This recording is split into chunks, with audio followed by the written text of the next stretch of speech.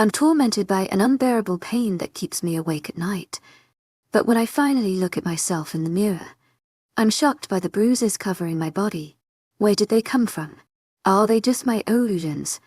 Or is there a deeper secret hidden? Chapter 5: Pain. Red-hot pain. That's all there was. My eyes short open as the worst pain I had ever felt crashed through my body. My mistake was thinking it was a dream. It didn't go away as my eyes opened. It seemed to get worse. I gasped out loud as the pain got even worse. Something was burning inside of me, begging to come out.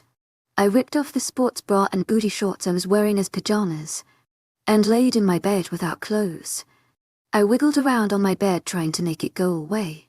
I let out a silent scream as the pain peaked. By now, my eyes were watering and my breathing was labored. The water spilled down my face as I let out a cry. I tried to stay quiet to make sure that I didn't wake my parents. My breath came out as pants and I held my stomach, where the pain seemed to be emitting.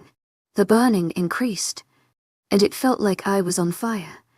I let out another sob and had to put one of my hands over my mouth to muffle the sobs. All of a sudden, the burning decreased. It still hurt like a bitch, but my panting slowly became normal breathing and my eyes stopped crying. I slowly relaxed from my tense position as the burning subsided. I took my hands off my stomach and mouth and wiped the tears off my face. I curled up in the fetal position, whimpering from the pain that I had felt. I stared out into the darkness of my bedroom when I realized what time it was. 12:17. The blue light from the alarm clock shone out against the darkness of the room. I had been asleep for 3 hours. 3 hours of sleep is not enough, but I found I could not fall back asleep. I laid there, waiting for pain, sleep, or something completely strange. I found none of these. 234. My eyes would not shut. My brain would not turn off. My body never relaxed from the fetal position. I didn't know where I was waiting for, or even if I was waiting for something. 353. My eyes finally started to fall asleep. My brain took a break from thinking everything. My body stretched out to a more comfortable position. I let my eyes fall asleep and I prayed for no more surprises. I shot up out of bed and sighed. It was only my alarm clock. No more pain. Hopefully, I hopped up out of bed and felt the results of my 5-hour sleep as the blood rushed to my head. I held my head in my hand as I walked to the bathroom. Once I got there, I gasped at what I saw in the mirror. My head was the least of my problems. I had forgotten that I was without clothes, so when my eyes landed on my body I was surprised to say the least. Bruises. Deep black and purple bruises covered my stomach and thighs. I turned around and saw that there were a few bruises on my lower back and butt. My mouth wouldn't close as I turned in a circle to see the whole damage. Where did these come from? Did I hold myself too tight last night? Are these the aftermath of that burning feeling? But I was pretty sure that the burning feeling seemed to be coming from inside of my body. I rushed back into my room, making sure my parents did not see me. I didn't bother with a shower and instead used my time to unpack a suitcase filled with my clothes. While I was unpacking, I found today's outfit. I didn't bother dressing up nicer than I would normally. I picked out a light blue shirt that had the Hollister logo in the corner, and a pair of dark wash jeans. I finished unpacking and noticed that I had a little less than 30 minutes until I had to leave in order to not be late for school. I quickly got dressed, wincing when I moved too fast and hurt my bruises, and ran a brush through my hair. I didn't bother straightening it or putting it into an updo. I decided to also not put on makeup. I like to go natural anyway. I grabbed my backpack and walked to the bathroom to brush my teeth. I then ran downstairs and grabbed a Nutri-Grain bar. My mom was already in the car, so I slipped on my black flats and went out into the car. I slid in the car, closed the door, and she took off. I sighed loudly in my seat, almost dreading today. So I didn't really see you yesterday since you took off to your room after school. I wanted to ask you how your first day went. Mom asked, glancing at me through the corner of her eye while trying to drive. I sighed again. I was working so hard to avoid that topic of my horrible first day. It's not like I can tell them what actually happened. I looked at my mom, a lie coming to my mind. Well, I didn't talk to many people because I had a bunch of stuff to catch up on. But many people said hello, so I'm sure to make a friend or two today. I forced a bright smile to go along with my lie. She looked satisfied with my answer and smiled as she drove the rest of the way. We pulled up and I took a deep breath, now knowing what I was stepping into. I opened the door and got to the car with my backpack on one shoulder. I walked straight to the school again, ignoring everyone. I walked straight to you, history, acting like nothing was wrong. Truthfully, I was terrified. This was my first class with Ashton, and as much as I hate admitting it, I was greatly intimidated. Once I got to my class, I quickly put my backpack down next to my table I share with Ashton. I took out the extra reading assignments and walked up to Mr. Holland. I smiled as I handed them to him. Oh yes, thank you, Evie. I hope that provided a brief background to this course. He asked at the end. Yes. It was very informal. I responded. A little to kiss, ass, why? Okay. I don't think you will need to do any more extra work, seeing as you understood everything in the extra readings, Mr. Holland said, looking at all the assignments I gave him. I smiled and walked back to my seat. As I sat down, the bell rang. Immediately, the class came in and my heart lurched, knowing who was soon to come in. And come in he did. Ashton swaggered in with what seemed as two of his friends who also had this class. A blonde and brunette seemed to notice him as soon as I did. They both got up from their seats and went straight for them. At a closer look, I noticed the brunette was the same one who called me a bitch yesterday. I immediately scowled at her, as much as I seemed to dislike her. Ashton seemed to love her attention. I watched as he whispered something in her, likely sexual, and she giggled. I made a disgusted noise in the back of my throat. Shit. They both glared at me. How the hell did they hear that? I ducked my head, my cheeks probably a deep red color. I glanced at them out of the corner of my eye and saw him grabbing her ass while they had a mini make-out scene.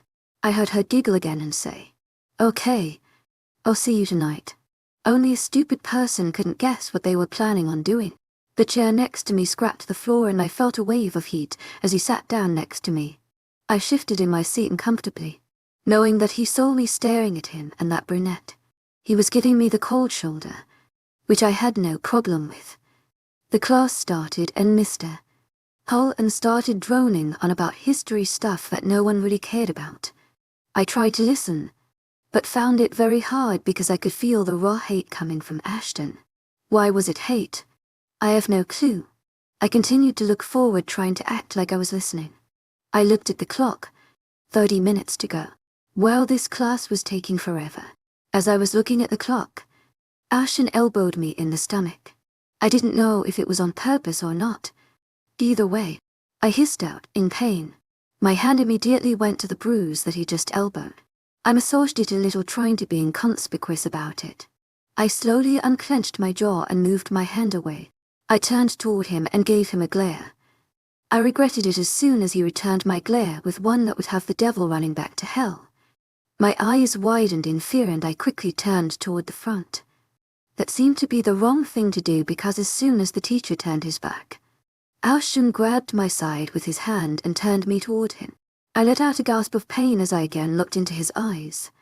His hand was holding right where some of the worst bruises were. "Listen," he said in a dark voice that had me shivering. "I demand respect, and I suggest you don't provoke me or there could be some serious problems." His hand tight and around my side. I whimpered softly in pain. "Please let go of me." My hands were clenched and my eyes glanced down at his hand, then back up to him. I was sure my eyes portrayed my pain and begging tone. Ashton looked down at his hand on my side, then back up at my eyes. He smirked and tight, and his grip quickly, then let go and turned back to the front. I let out a breath that I was holding and I slowed in and I clenched my hands. The slight pain from his grip slowly died down until it was just a slight throbbing. I didn't dare look at him again. About 20 minutes later, the bell rang and released me from hell. I sighed and put my stuff in my backpack. By the time I stood up, Ashton and the brunette were back in their make-out session. I didn't make a noise as I passed them and left the room. I walked to math, remembering that there was a test today. I decided to study last night so I could take the test. Once I got to the class, I walked straight to Mrs. Flemington's desk. "Hi, Evie. How are you doing this morning?" she said happily. "I'm fine, thanks. About that test today," I said, getting straight to business. "I would like to try and take it today." "Oh, okay." Mrs. Flemington looked surprised at my bluntness. She still handed me the test, which I then walked to my desk and immediately started it. I was so absorbed in my test that I didn't notice someone was trying to get my attention. "Hello." He was waving his hand near my face. I looked up from my test and at the boy who now had my attention. He looked somewhat familiar, but I couldn't place him. My cheeks turned pink as I realized he was smirking while I was staring at him, trying to recognize him. I squirmed in my seat and looked down at my test. I wasn't even checking him out high, I said quietly. My mind was racing, trying to figure out why he was even talking to me in the first place. He was still in front of me. "You're in my seat," he said, pointing at the seat I was sitting in. I blushed and started to get up. Not that I have a problem with that. He finished taking the seat next to mine. I settled back down in the seat. "I'm sorry, but you look really familiar. Do I know you?" I asked him, turning to face him. "Oh yeah, I'm in your science class. I sit at your lab table. Name's Josh." Josh introduced, holding out his hand for me to shake.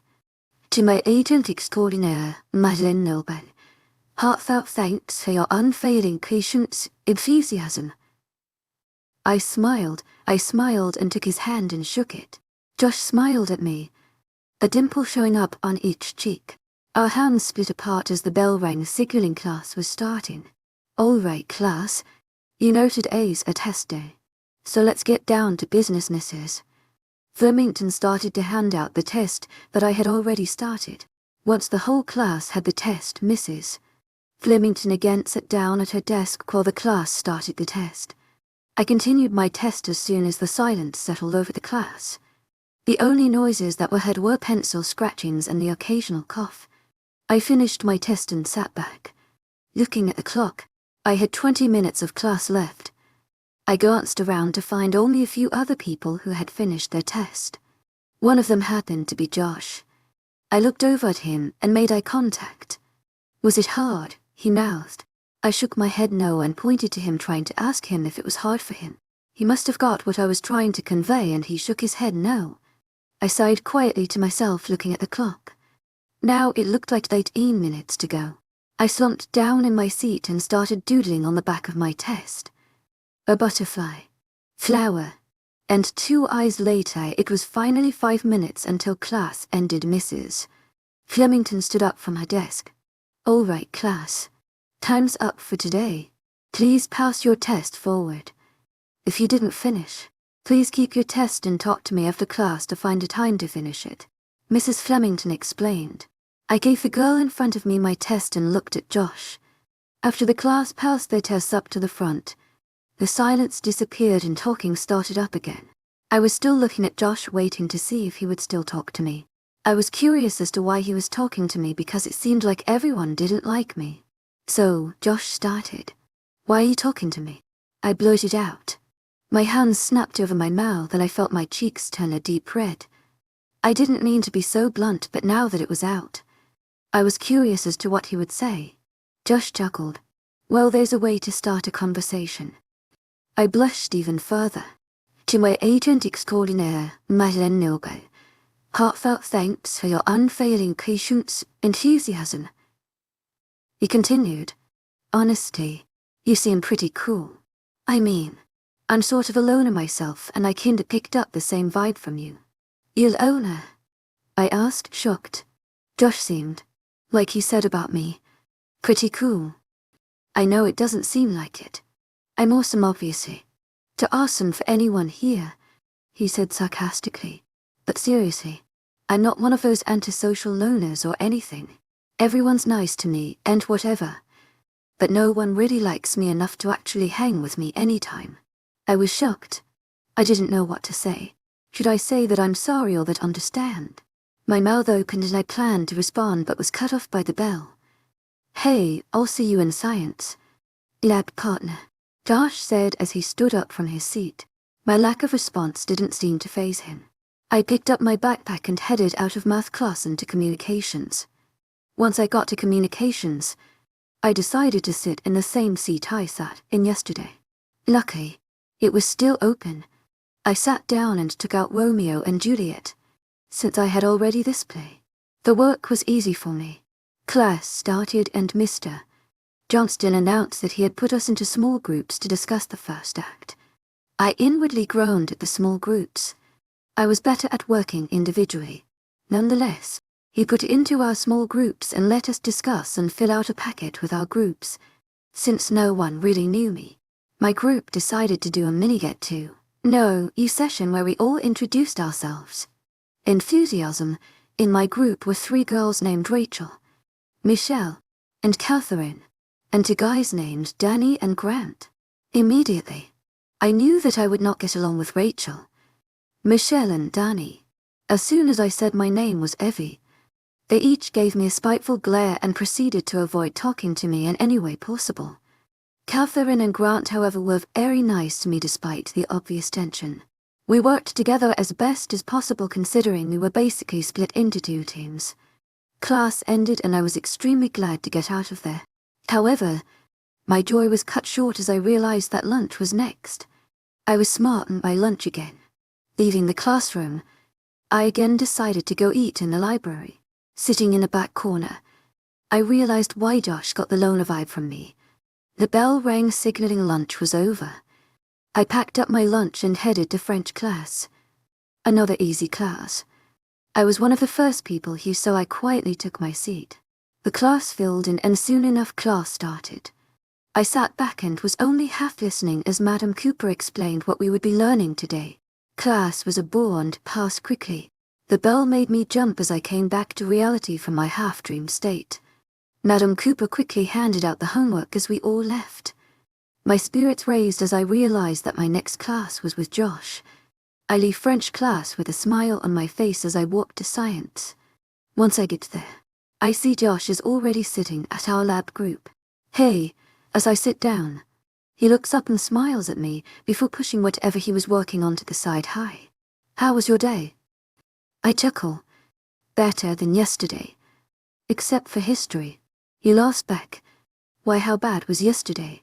You don't want to know. I respond, trying to avoid it.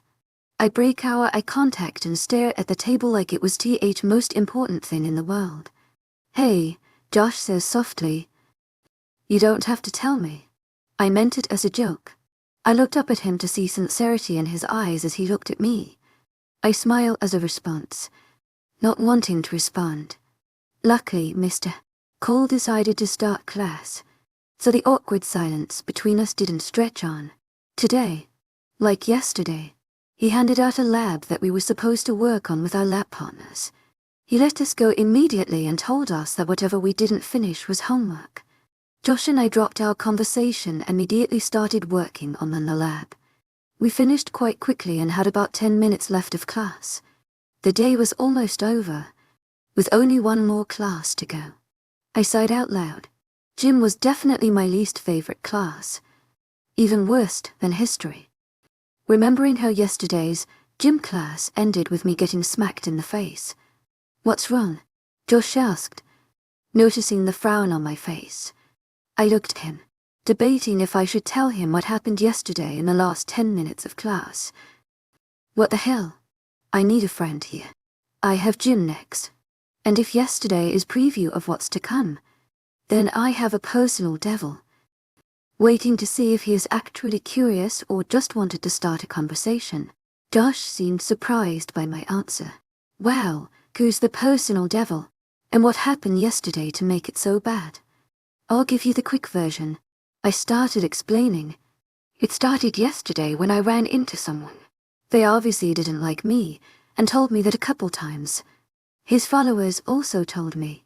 To my agent extraordinaire, Madeline Nilbe, heartfelt thanks for your unfailing patience, enthusiasm. Yesterday in gym, We were playing dodgeball. I wasn't paying enough attention, and let's just say I left with a very red face. I finished my little story and waited for his response. He looked somewhat stunned. Josh seemed to make up his mind on what to say. And you're not making this up? I gave him my best "are you stupid" look, and he held up his hands in surrender. Okay, so who is it? Josh asked.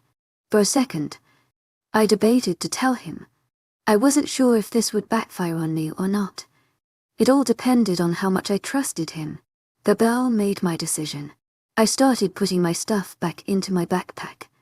Josh didn't move. He kept watching me. I'll tell you tomorrow, I said as I stood up. I started walking towards the door when I felt a tug on my arm. I turned back and saw Josh holding my arm back. What? I asked him, curious on how he moved so fast. To my agent extraordinaire, Madeleine Noble. Heartfelt thanks for your unfailing patience, enthusiasm.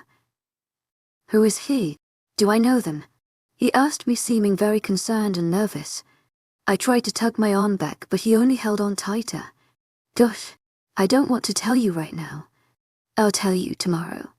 I tried again to take my arm back, with no avail. To my agent extraordinaire, Madeleine Noble. Heartfelt thanks for your unfailing patience, enthusiasm. Promise me you will tell me tomorrow. Now he seemed very nervous about my answer. Josh, let me go, please. I insisted, still trying to take my arm out of his iron grip. Promise me, Evie. Josh stared into my eyes with a very serious face. All right, Josh, I promise. To my agent extraordinaire, Madeleine Noble. Heartfelt thanks for your unfailing patience, enthusiasm. Aggravated that he's insisting on a stupid promise, Josh gave a nervous smile and let go of my arm. I hurried out of the classroom, wondering why he was so serious. I walked to gym, my heartbeat increasing with every step. Nervous was an understatement. I got to the gym and went straight to the locker room with my head down. I changed quickly and walked out of the locker room into the gym. Guy was in the middle of motioning people to the middle of the gym. I walked over and sat down, trying to be inconspicuous. All right, class, mister, Guy shouted. Today is our mile practice day, which means that tomorrow is the day. The class groaned, obviously not happy about the mile. I wasn't too happy, but not too unhappy either. I wasn't terrible at the mile, hey. Enough with the groans. We do it every year, 3 times the year. You all know this. So today, we will be running for the majority of the time. Mr. Guy shouted at us. He is a gym teacher after all. Get to it, he again shouted at us. We all stood up and I followed the class to the corner of the gym, which was probably our starting point. Mr. Guy walked over to the stereo system and plugged in the iPod. The music started and the class took off. We were going at a pretty decent pace, and I found that it was easy keeping up with the majority of the class. Eventually the class seemed to split apart. We became 2 groups. The first group, I noticed, consisted of Ashton and his friends. They started jogging faster and eventually were ahead of the majority of the class. I stayed with the second group, knowing that if I tried to keep up with the first group, I'd probably end up on the floor. We were still jogging 10 minutes later. However, half of my group stopped a while ago. I kept on going, knowing that I could keep on going and I didn't need to walk. Ashton's group seemed to have sped up and were now starting to pass the walkers. My heartbeat sped up as I heard them coming closer to me. All of a sudden, a rough hand pushed me, making me stumble and fall on the floor. I quickly held out my arms to catch myself as I fall. My arms hit the gym floor with a thump. My knees knocked against the floor. I looked up to see Ashton and his friends smirking down at me as they passed me. I sighed and stood up. I looked toward Ashton and his friend and saw them laughing. I started my jog again. Halfway through class, the only one still running was the first group. Everyone, including me, had started walking and talking to their friends. Hey, someone shouted from behind me. A second later, a hand landed on my shoulder, making me jump. A girl started walking next to me. Hi, I responded, wondering why she was talking to me. I looked at her, remembering her face but not recognizing her. Catherine. My name's Catherine. I was in your group in Honors Con. Catherine said, looking at me expectantly. I immediately recognized her after that. Oh yeah, hi. Catherine gave an exaggerated sigh. Isn't this so stupid? I mean, how is it going to help our Mile doing all of this dumb-ass running? She complained. Already liking her and enjoying her company. What? She asked as we kept on walking. Nothing. I laughed. ONF. A strangled gasp left my mouth as I was again pushed to the floor. This time, however, my arms were too slow to catch me. I looked up to against the Ashton, this time with a girl, cursing me and Catherine. They were both laughing. See, never gets old. Ashton chuckled, turning around and speeding up his jog. Are you okay? Catherine shrieked, helping me up. I nodded, not wanting to say anything. Ugh, he's such a dickhead. She spit out, looking in his direction. I started laughing at her blatant hatred at him. Catherine looked at me and started laughing with me. Eventually it became hard to breathe and there were tears in my eyes. I sighed and wiped the tears out of my eyes, a smile never leaving my face. Class finally ended and everyone rushed to get out. The final bell rung and chaos erupted. I hurried to get out of the school. My mom was waiting in the car right in front. I quickly hopped in and she took off. I opened my mouth to answer the obvious questions that were about to spill from Mom's mouth. When none came, I looked at my mom to see that she was on the phone. I sighed and sat back for the short ride. Once we got home, with Mom still on the phone, I rushed up to my room. I stayed in my room until dinner. Once I finished dinner, I stayed downstairs and watched TV. My parents seemed busy. Today was their first day of work. They both worked in the same office, which was a huge benefit for all of us. By 10, I was ready to go to sleep. My eyes were falling asleep, so I walked up to my room. I got ready and jumped in bed. I pulled the covers up to my neck and closed my aching eyes. The pain. My eyes shot open as I remembered the pain from last night. Would it happen again? I was very hesitant to close my eyes. Eventually, my tiredness won out and my eyes closed and my body relaxed with only one thought in my mind. Will it happen again? Chapter 6. I was in a hallway. This hallway, however, was completely made of wood. It stretched on, never ending in both ways. I turned around again and saw a yellow light down the hall. Hello, I called out. I started to take a few steps toward the light. The only response I got was my echo and the light turned brighter. All of a sudden, I knew what the light was. The fire rushed forward at an incredible speed. I turned around and ran with all I had. Adrenaline pumped through my body as I ran from the fire. My breath started to come out in pants and I found myself involuntarily running slower. The fire nipped at my heels. Its heat consumed me and suddenly I found myself surrounded by fire. I came to an abrupt stop and turned in a circle. The fire surrounded me and it caught onto my clothes. It burned straight through my clothes and started to burn my skin. My eyes shot open. The fire was a dream, but the burning is not. My arms went straight to my stomach and started cradling it. I drew my knees up to my stomach and found myself once again in the fatal position. It started again. Please. Please stop. I whimpered to the dark room. The fire increased. More so than even last night. Tears started forming in my eyes and soon enough were streaming down my face. The fire ripped through me, burning everything in its path. My breath started coming out in short pants and gasps as it raged inside me. It seemed to be worse tonight than it was last night, though I have no idea how. The thought barely crossed my mind when the most torturous round started. The temperature increased. The pain increased. The intensity increased. I finally couldn't hold it in. A soft scream fell from my lips. Then another. Then another. I was gasping, small screams emitting from me as I tried to keep the volume of the screams from increasing. My soft screams eventually turned into soft sobs as the fire decreased. It finally stopped, but I couldn't control the sobs in my mouth. I stayed curled up in the fatal position and cried. Why the hell was this happening to me? Where the hell is it coming from? Questions swirled in my brain as I started to calm down. My eyes stopped producing tears and I was no longer sobbing. I cautiously moved my hand to wipe my wet cheeks. I laid there, like last night, for what seemed like hours. I couldn't fall back asleep. I was terrified that it would happen again. The music from my alarm started playing a while later. I stayed up half the night expecting the fire to return. I quickly pushed the snooze button, but stayed where I was. 10 minutes later, my music started playing again. This time, I pressed the off button and got up.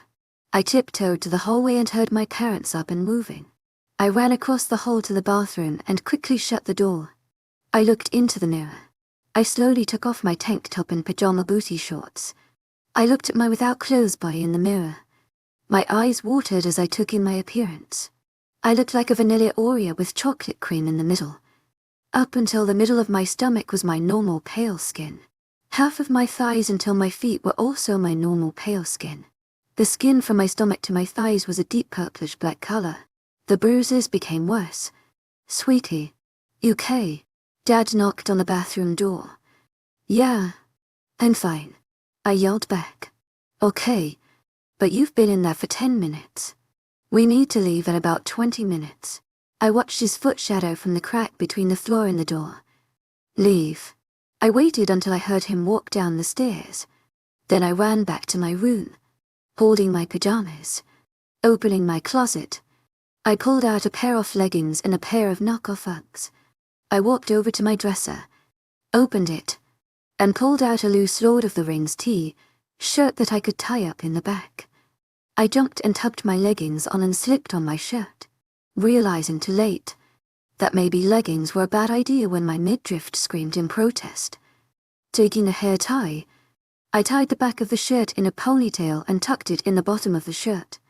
I walked over to the mirror, made sure that you couldn't see the bruises in the back, and noticed dark circles under my eyes. Another reminder of last night. I found my liquid foundation and rubbed it in. Slowly, the dark circles faded until they were almost not noticeable. I grabbed another hair tie and decided last minute that I wanted my hair up, with everything acceptable. And just a few minutes late, I grabbed my Uggs from the floor and ran downstairs. Once I entered the kitchen, Dad gave me a stern look and handed me a Nutri-Grain bar. I kissed him on the cheek, grabbed my backpack, and ran out to the garage. Took you long enough, Mom reprimanded as she backed the car out. I nodded in response while slipping my Uggs on. I swiftly ate my breakfast as we drove to the school. She pulled up and immediately after the car stopped, I opened the door and hopped out, backpack in hand. I closed the door and walked quickly into the school. My stomach and thighs were still hurting, but weren't screaming as much as before. I walked into the school and headed toward history. Hey Evie. I heard from behind me. I turned around and saw Josh headed toward me. I smiled and stopped walking to wait for him. Hey Josh. What's up? I said as he caught up to me. We both started to walk towards my class. Nothing.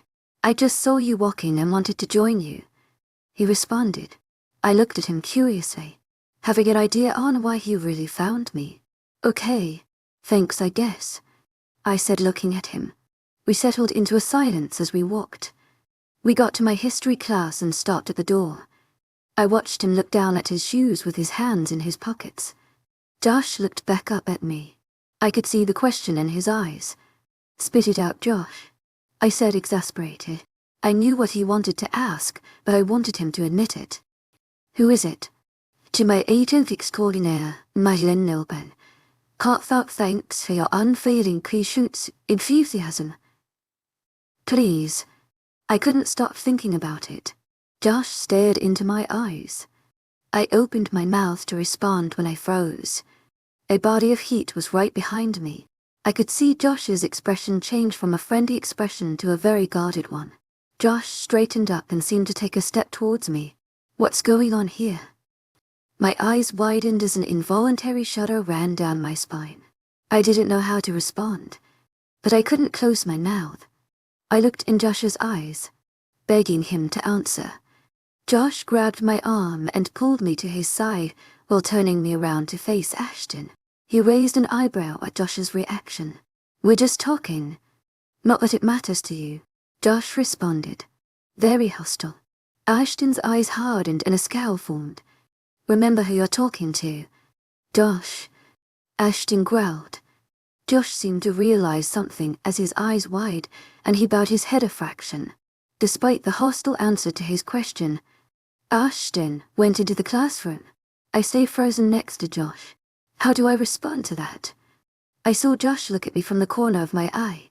"To my agent extraordinaire, Madeline Nilbert, heartfelt thanks for your unfailing patience, enthusiasm." "You okay?" he asked me. Josh stepped in front of me and moved his hands to my hips.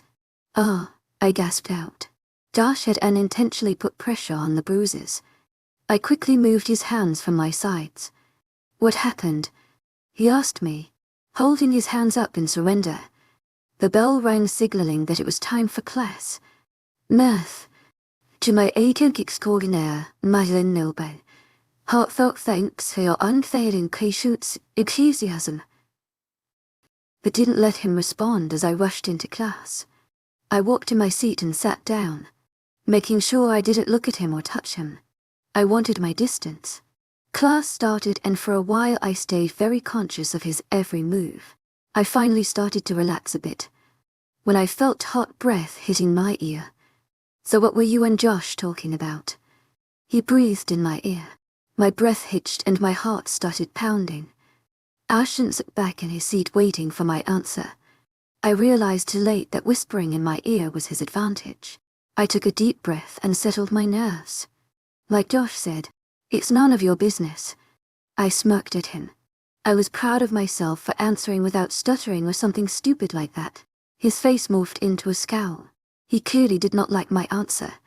My smirk slowly fell off my face as his eyes hardened, and a growl-like noise came out of his clenched teeth. Ashton leaned toward me again and, like yesterday, he grabbed my side. However, today he put both his hands on either side of me and turned my body toward him, forcing me to look at him. His hands put pressure on my sides. I gasped out, again, as my sides started screaming. My hands flew to his, trying to get them off me. His response was to put more pressure on my hips. I clenched my teeth, holding in my yell of pain. "I told you yesterday." Ashton started, "I demand respect, and there will be problems if you keep disrespecting me." His threat was blatant. "Please, let go. You're hurting me." I gasped out, still trying to move his hands. The pain was almost unbearable. "Do you understand me?" Ashton asked out of clenched teeth. I quickly nodded, hoping it would be enough and that he would let me go. Ashton looked at me, an unreadable emotion in his eyes. He arched his eyebrow and slowly moved his hands. Looking back at the front of the classroom, Ashton sat back in his chair and started playing with the pencil on the desk.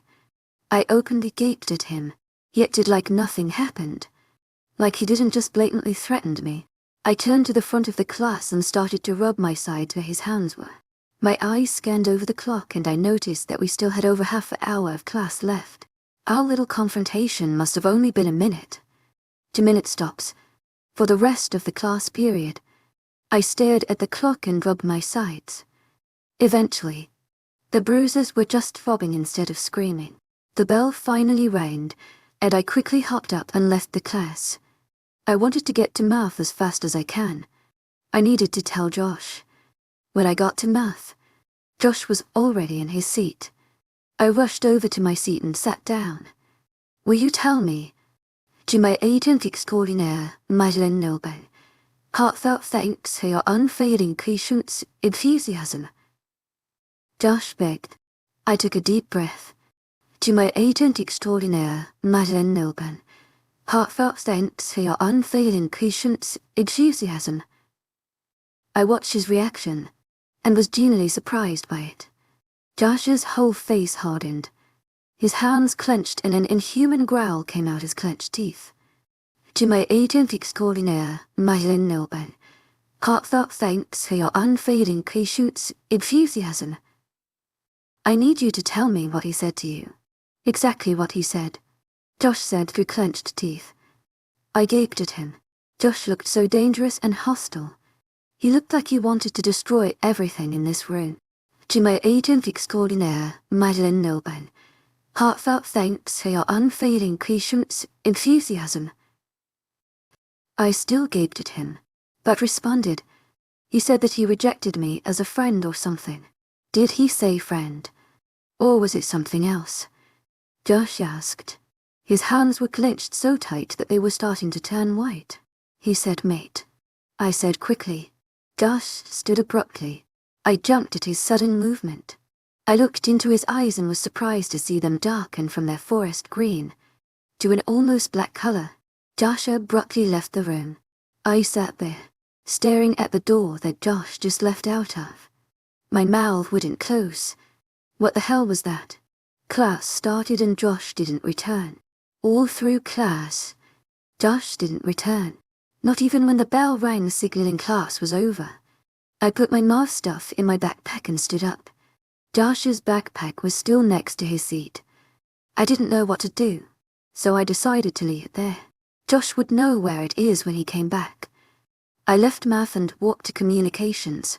The question swirled in my mind. Why did Josh act like that? How does he know Ashton? Besides the thing in the hall this morning. I walked into communications and saw Catherine wave at me to come sit by her. I gave her a small smile and walked to her. Hey, Catherine said. What's up, girlie? I gave her a questioning look. Girlie. She shrugged as I sat down. I smiled and looked toward the front mister. Johnston was in the middle of explaining. Again, one of the themes of Romeo and Juliet to another student. I think his name was Fletcher. So, I asked you what was up. Catherine turned toward me again after talking to another friend. I pondered her question for a couple seconds. Well, some clouds. Maybe an airplane. Wait, what do you... Oh, Catherine seemed to get my joke. Shut up. I laughed at her momentary stupidity. Wow, I thought with you being in honors, you would get a simple joke. Whatever, Evie. Now answer my question seriously. When you walked in here, you looked like something was bothering you. Catherine looked at me expectantly. To my agent extraordinaire, Madeline Nilban. Heartfelt thanks for your unfailing patience, enthusiasm. Nothing, really. I mean, my one friend was acting kind of weird in math. Weird like what? Well, I was talking to him and he must have gotten angry at what I said. Or something. Either way, he stood up and just left. Class started and then it ended. He never came back. I quickly wondered why I was telling her this, but realized that I wanted to tell someone. That is weird. Catherine responded. All right, class, Mr. Johnston started class. Let's get back to Verona. I turned toward the front again. Class went way faster today than yesterday. We didn't have any small groups or any partners. All we did was take notes on the act we just finished. It was a nice break. Class quickly ended and I started packing up.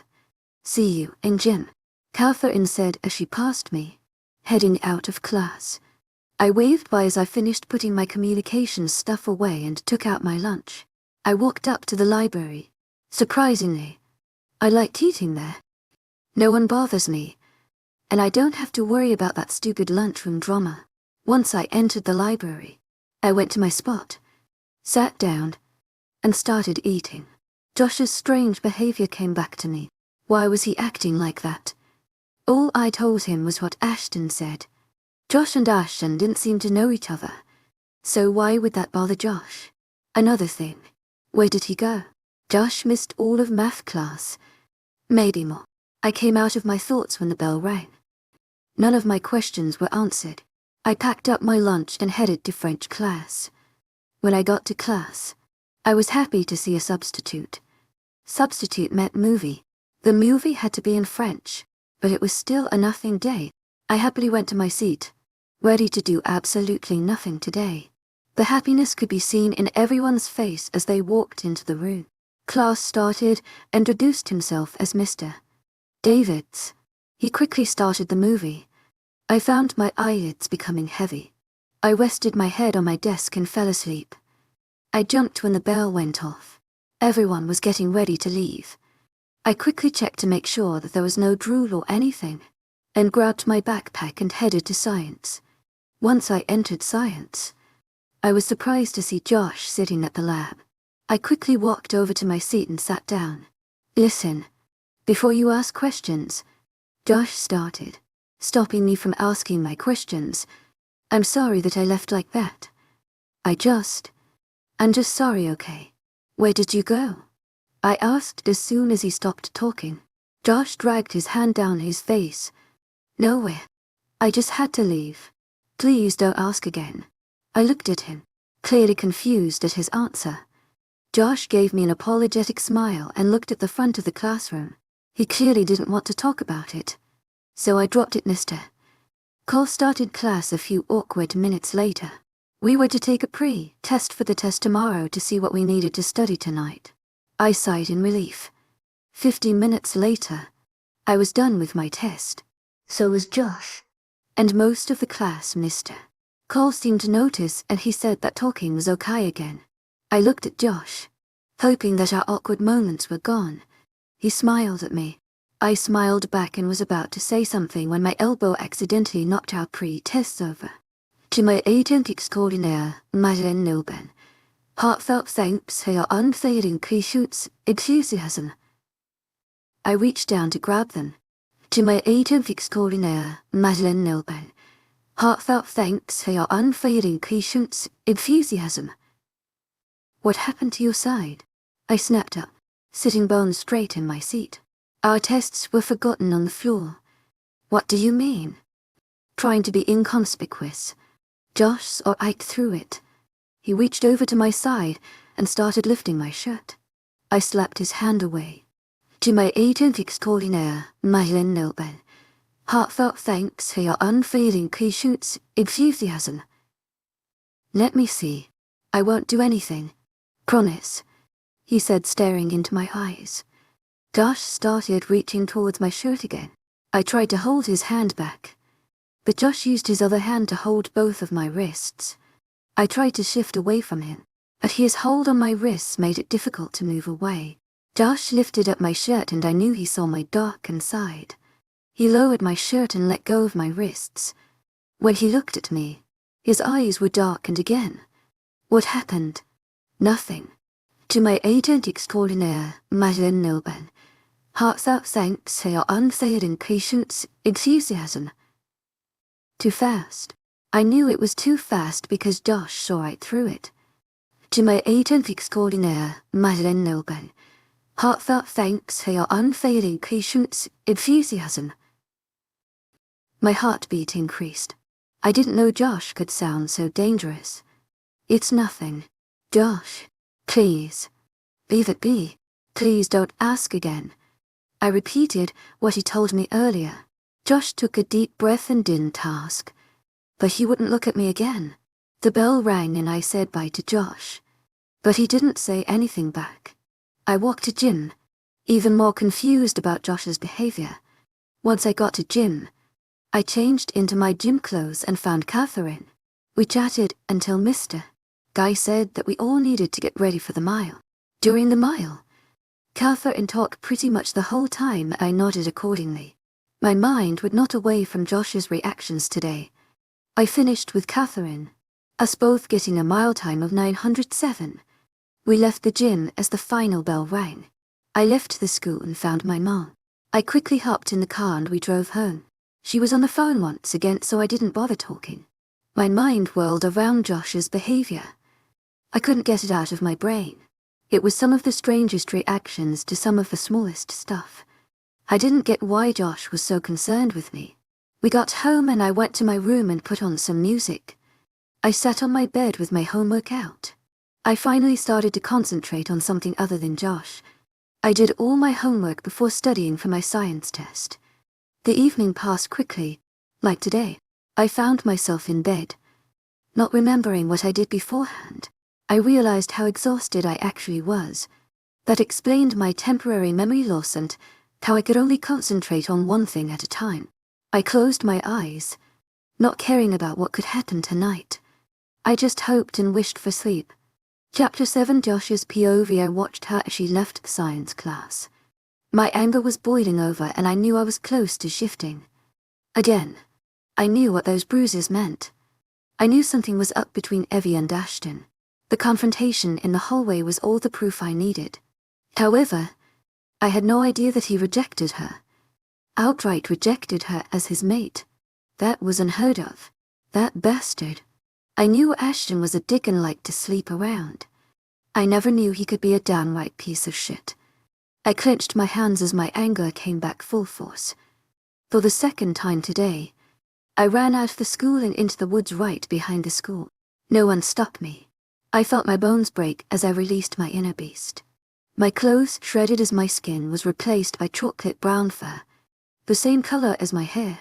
My hands and feet turned into paws and my mouth turned into a muzzle as I fell forward. You would miss it if you blinked. In face stood an abnormally large, brown-furred wolf. My wolf. I took off running, putting all of my anger into my stride.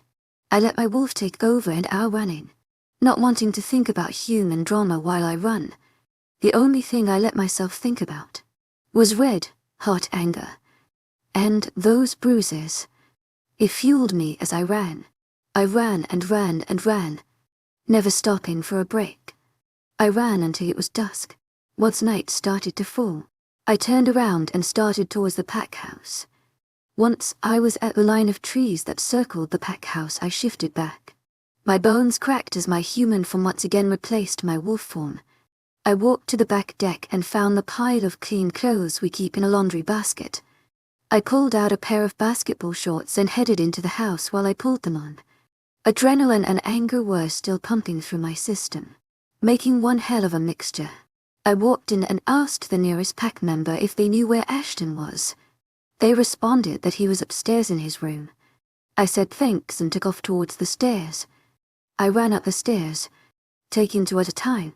I slowed down as I reached the top of the stairs. I walked with a purpose to Ashton's room. I reached his door, took the doorknob, and walked right in. Ashton was laying on his bed, watching TV.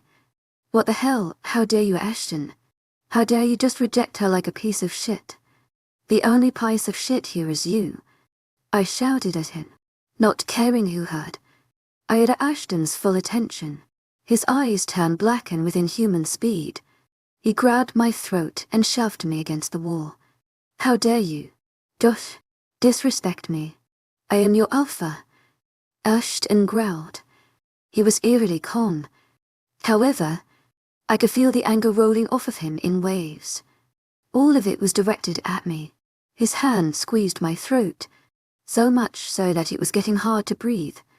Despite my situation, I stared directly into Ashton's eyes, knowing he wouldn't like it. I wonder what your parents would say when they find out you rejected your mate. They won't find out. Josh. Ashton's deep voice told me he was letting his wolf come out. You don't know what you're doing to her. To my agent extraordinaire, Madeleine Nilban. Heartfelt thanks for your unfailing patience, enthusiasm. She's hurting. She's in pain. Because of you and your dumb-ass decisions. And what makes it worse? She doesn't even know why she's hurting. Submit. The thought echoed in my mind. I knew it wasn't my thought. Ashton pushed the command into my mind. I held his stare for as long as I could. Submit. It echoed louder and more demanding. I couldn't not listen. I bowed my head and held out my neck to show my submission. Ashton dropped me onto the floor. You won't disrespect me again. Josh. The command in his voice. You won't tell anyone of my mate. Or the rejection. Ashton spit out. I don't want to hear about her again. I don't care if she's hurting. She'll get over it. He continued. My eyes hardened and I clenched my hands. I couldn't believe what was coming out of his mouth. How could you not care about your soulmate? I whispered out. You don't understand. Now do I make myself clear? Yes, Alpha, I said through clenched teeth. Chapter 8. My eyes short open as my alarm clock rang out. I stiffly moved my hand and pressed the snooze button. I sat up very slowly and carefully, expecting any moment for a sharp pain to strike me. With wide eyes and slow movements, I stood up and walked to the bathroom. I closed the door and turned to look in the mirror. I took off my tank top and booty shorts so I was only in my underwear. Nothing new. I turned my body so I could see all sides in the mirror. Still nothing new. The bruises were starting to heal. Instead of being a deep purple or black color, most of them were now a lighter purple. Instead of screaming out in pain like they would every morning, they were only sore. A smile graced my face as I took in my appearance. I quickly grabbed my pajamas and headed back into my room. My spirit lifted immediately. I walked over to my closet and pulled out a pair of aquash, skinny jeans. I went over to my dresser and pulled out a white frilly, laced tank top. Loving my outfit, I quickly pulled out a pair of white dunnies and white bra. Walking back to the bathroom, I grabbed a towel and washcloth. I took a longer than normal shower, making sure that I was very careful by my bruises. I washed my hair with my fruity shampoo and conditioner. Oranges, pineapples, and strawberries filled the space. Stepping out of the shower, I wrapped my hair in my towel and put on my bra and dunnies. I looked at my without clothes, bruised body in the mirror. My temporary good mood vanished as I looked at my bruises. However, I smiled once again at the fact that there was nothing new. I took down my wet hair and pulled out my straightener. I plugged it in and walked back to my room, waiting for it to warm up. Once in my room, I pulled on my jeans and took out my foundation. I looked into the mirror. The shadows under my eyes have decreased in size and color, but still need to be covered. I walked back to the bathroom. The straightener had heated up, so I grabbed a hair clip and clipped the left side of my hair up and out of the way. I started to straighten the right side. Once straightened, the right side of my hair is dry and straight. The red in my hair shines out in the light. I take the clip out and start on my left side. Soon, the left side mimics the right and both sides are dry and straight. I walk back into my room and slip on my shirt. I walk over to my full-length mirror and make sure my shirt falls over my jeans the way I want it to. Satisfied that it is, I walk back over to my foundation. I take my brush and powder and start applying. The sleep circles disappear. Happy with my makeup job, I grab the white flats in my closet, my backpack, and walk out of my room. I walk downstairs to the kitchen. "Hey, sweetie," Dad says by the toaster. "What you making?" I ask as I walk past him to the pantry. "Just some toast," he responds. I grab my normal breakfast of a Nutri-Grain bar and walk over to the kitchen counter. I hop up onto it, with my bar in my mouth, and start slipping my flats on my feet. With them on, I hop down and grab my backpack. "Where's Mom?" Realizing that she's not down here. "Your mom's got the stomach bug. She's not going into work today. I'll be driving you to school," Dad says as he butters his toast. "Oh, okay. I guess I'll be in the car," I say as I walk out the door to the car. The door closes before I hear him respond. I open the car door and slid in. I buckled my seat belt and checked the time on my phone. A little bubble pops up saying I have a text. I open the text and see that it's from Kristen. I smirk and read the text. "Why the hell haven't I heard from you?" I laugh, filling the silence. The car door opens and Dad slid in. "What you laughing at?" Dad asks as he started the car. "Text message from Kristen," I respond. I text her back. "Haha, sorry, new school you know." I look out the window as we drive to the school. A line of trees rushes past. The never-ending forest. I sigh. I never liked the forest. Too many bugs and wild animals. Dad pulls into the school's parking lot and stops. I open the door, scoop up my backpack, and get out. I walk to the doors and head in. I start walking to class, almost expecting Josh to pop up randomly. I reached my class with no sign of Josh, Mr. Holland looked up from whatever he was working on at his desk. He was probably wondering why I was so early. I ignored his look and walked to my seat. I sat down at my table and put my head down. I moved my hand to my side as a twinge of pain ran through it. The board in front of me said that there was a quiz today. I started rubbing my side as another twinge of pain ran through my side. How come I didn't remember that there was a quiz today? Suddenly, fire ran straight through my stomach and I lost my breath. The pain. I immediately cupped my stomach in my arms as the fire continued. My breath started coming out in small pants. I squeezed my eyes shut as it increased. Just as it had 2 nights ago, the fire quickly increased until it was practically unbearable. I tried to regulate my breathing so I wouldn't scream in the middle of school. In through my nose, out through my mouth. The fire soared to new lengths and my breathing cut off. I clenched my teeth together and I held in a scream. Someone help me. I couldn't think clearly. My mind wouldn't concentrate on anything except the pain. Then, as if water put out the fire, it disappeared. I kept my eyes shut and my teeth clenched. My arms never moved from my stomach. The pain disappeared and I slowly moved my arms from my stomach to my sides. I moved my head up and was stunned by the light for a second. I looked around and noticed that class started in less than a minute. Where did the time go? There was something on my cheek, so I moved my hand up to wipe it off. My hand came back wet. I quickly wiped my cheeks with my hands, making the tear trails disappear. I tensed when a body of heat sat down next to me. I let a wall of hair fall down between me and him. A few seconds later, the bell rang and Mr. Holland started talking. I stared at the wall next to Mr. Holland while he talked. Partners. Person next to you. My eyes snapped to Mr. Holland. Please tell me I heard him wrong. He started passing out papers for the supposed project. I didn't stop staring at the spot Mr. Holland was standing in it. I heard a manly sigh next to me. My hair was still a wall between us, and I didn't dare move it. I could feel Ashton stared on the side of my head. I held my breath. Suddenly, the softest touch I had ever felt pulled on my hair. His hand took the hair that was between us and moved it to over my shoulder and behind my ear. Soft tingles erupted when his hand accidentally brushed the side of my head. My heartbeat increased, whether out of nervousness or lust. I don't know. I sat frozen, unable to move. My eyes never even glanced toward him. I heard him sigh again, and he placed a paper in front of me.